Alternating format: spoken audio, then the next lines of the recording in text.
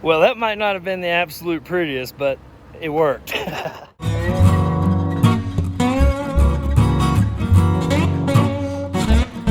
What's happening? I'm Will. I'm Christy. And this is Pumbaa Dog. After years of overlanding across the United States, we decided to hang up 𝐼𝐼𝐴 and move full-time into imaging our 21-foot travel trailer.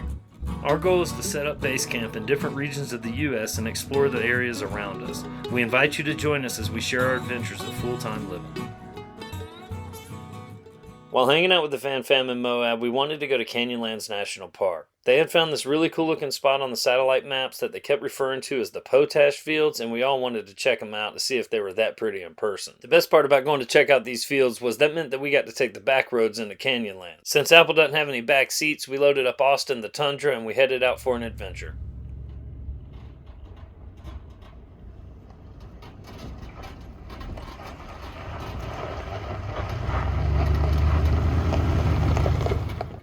Now, at this point in time, we had absolutely no clue what this potash stuff was. In fact, we were pronouncing it wrong the entire time. It's actually called potash, and I don't know if certain time of the year it looks different for whatever reason. I'm not even real familiar with potash itself. I just know that it's actually a pretty interesting substance that's got deep roots in American history, and you should probably go look it up.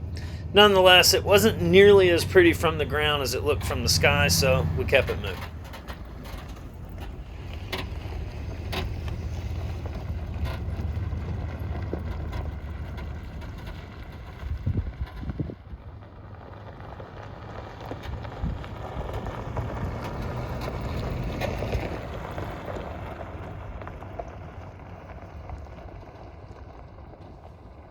Along the way, we stopped at this really cool spot that overlooks the Colorado River, and it was absolutely breathtaking. The camera does it no justice. One of the cool things about this area is the fact that there's not a whole lot of vegetation to cover up the view, so you can really see all the details in the landscape.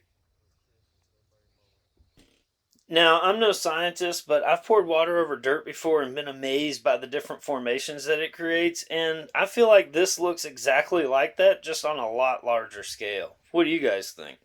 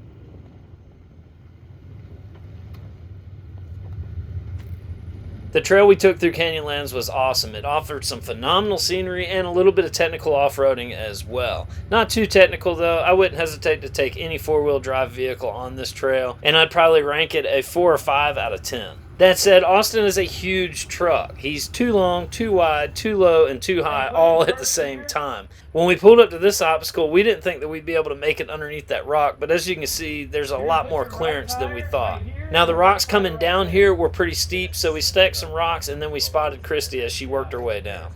Again, the camera does this no justice.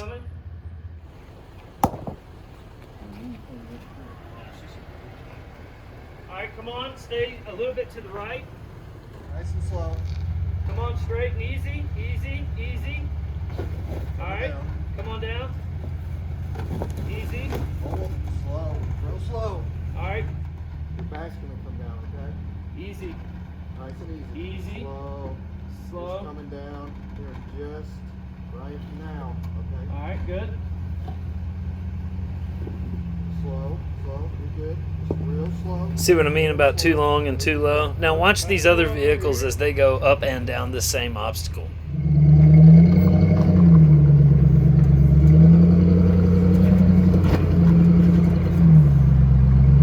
It's crazy. It looks so low. It does from up there, doesn't it? Yeah. Got plenty. Look at all that room. That's Yeah. crazy. Yeah, it's wild. Easy. Easy. That's what it's there for. That's why they put that there. You're good. Yeah, but I want to say like the past 5 years or something, this thing fell. I can't. It just that whole slab just. Whoosh.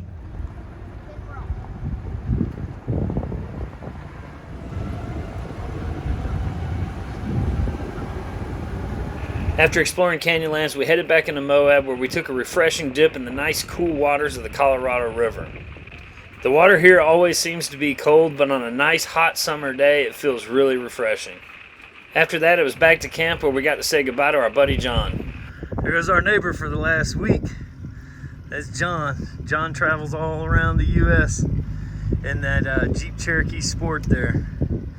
He just celebrated his 2-year anniversary here with us in Moab, and now he's going up north where he'll wait out the cold weather and then continue to go fishing. One of the best parts about this lifestyle is trading in TV time for campfire time. I just think that there's something instinctually primal about sitting around a campfire with your fellow humans, telling stories of the past, reflecting on the current adventures, and overall being present in the here and now together.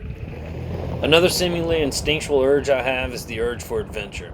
Doesn't matter where I find myself or what I've done or where I've been, I always seem to want to do more. Whether or not it's go on the other side of the mountain, up on top of the mountain, down some crazy trail that I found, or some random dirt road in the middle of nowhere. No matter what, I find myself constantly wanting to explore more. So, today I did just that. Hopped in Apple and went to explore some of the trails around us.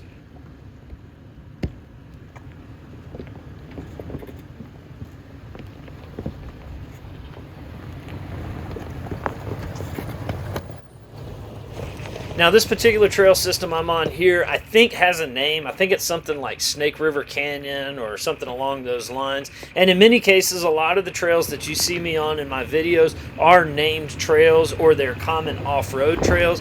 But oftentimes, I don't know what they are because I'm simply just finding myself on these trails. Today is no different. I found this really cool little offshoot right here, and then I went down it. By the time I got down there, I was already committed, so I stacked some rocks and went forward. This has got an interesting little obstacle here, huh?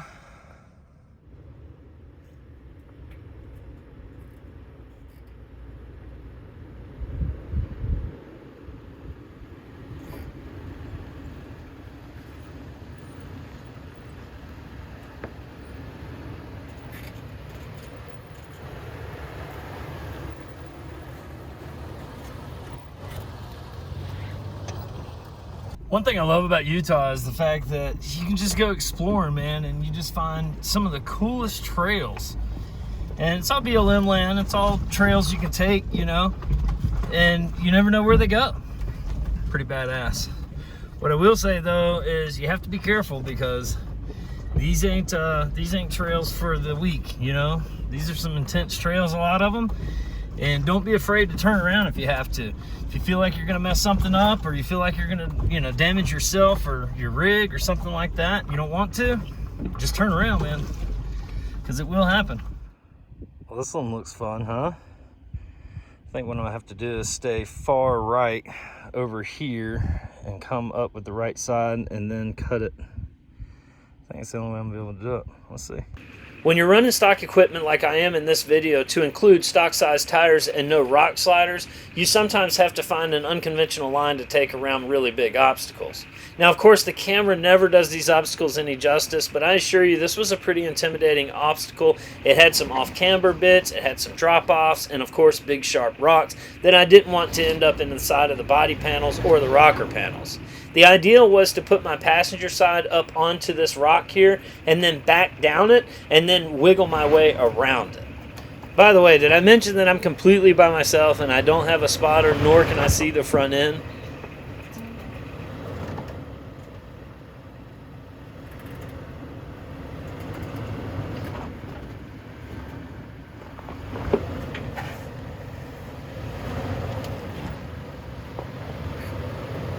Well, that might not have been the absolute prettiest, but it worked.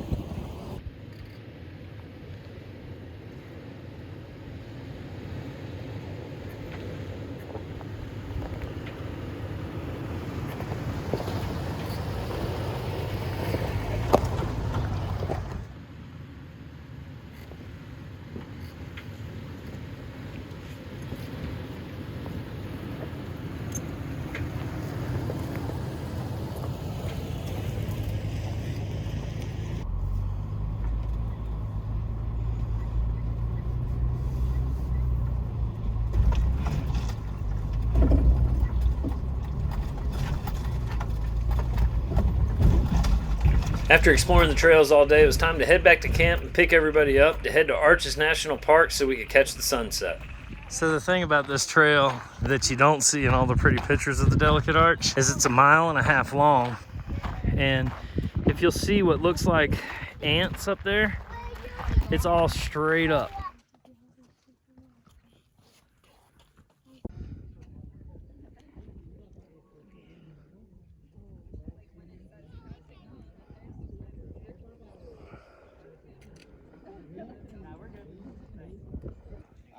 Thank you. Appreciate it. Want to do over? Take a look.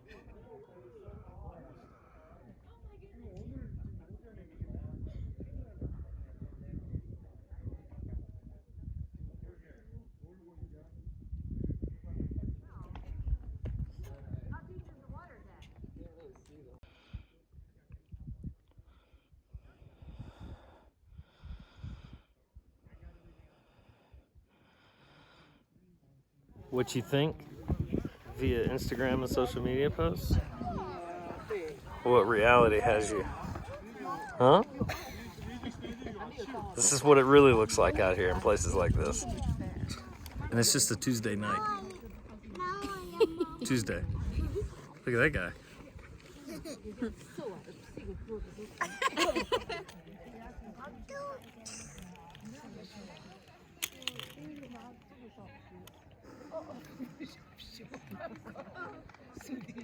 Following my favorite van lifers on a hike through arches. Living life on the edge. Literally. Literally. What you think, Ben? What? About this hike? Kicked my butt today. Yeah, it did. First time it didn't. Last time it kicked mine. Yeah, the rules changed this time. Of course, you know, Christy told us it was 100 yards from the thing. We'll flash that clip up here right about now. So, after a trail that took us 3 miles. 3 miles, that we were prepared to do a 100-yard jaunt to, because that's what Christy read on the map. We finally made it to, which arch is this? One of the arches. The pretty arch. Delicate arch. Delicate arch. Nice, isn't it? Christy, do the special shoes that everybody goes out and buys, do they make it better? No. It seems like everybody here's wearing them but us. Wearing what, mandals? No, the special outdoor hiking shoes, boots, things. Okay, well, Christy and I got to see the arch, and it was pretty, but I have determined that I'd much rather drive over all of this than hike to it. Because, my God. You know, with water, that would have been an okay trail, but we didn't have any water because we didn't think that it was going to be that long of a trail. But we got to see the arch.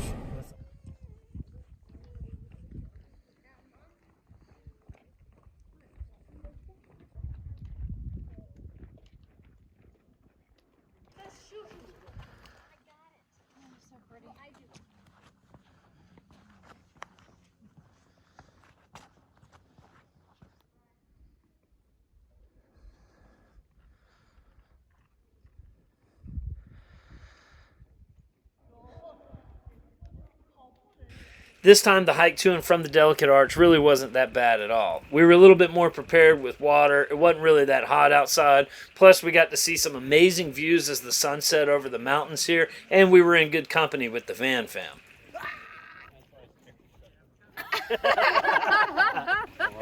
I really appreciate you guys watching this video. I hope that you enjoyed it. If you did, be sure to hit that like button, hit the subscribe button to see more videos like it. Until next time, you guys keep hanging in there like a hair on a biscuit, and remember, you can be happy if you've a mind to. Peace, y'all.